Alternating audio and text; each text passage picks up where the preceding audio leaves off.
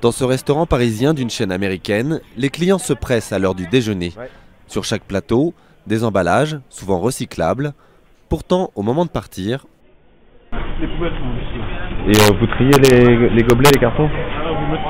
Tout dans la même? Tout dans la même.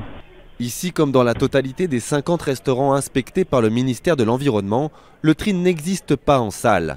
Impossible donc de recycler. Pourtant, pour ces entreprises depuis 2016, trier ces déchets, c'est obligatoire. Théoriquement, elle risque d'avoir une sanction administrative d'un montant maximal de 150 000 €. Et par ailleurs, c'est une infraction pénale, donc c'est potentiellement 2 ans d'emprisonnement et 75 000 € d'amende.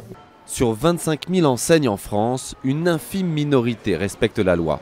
Les professionnels du secteur demandent du temps pour s'adapter.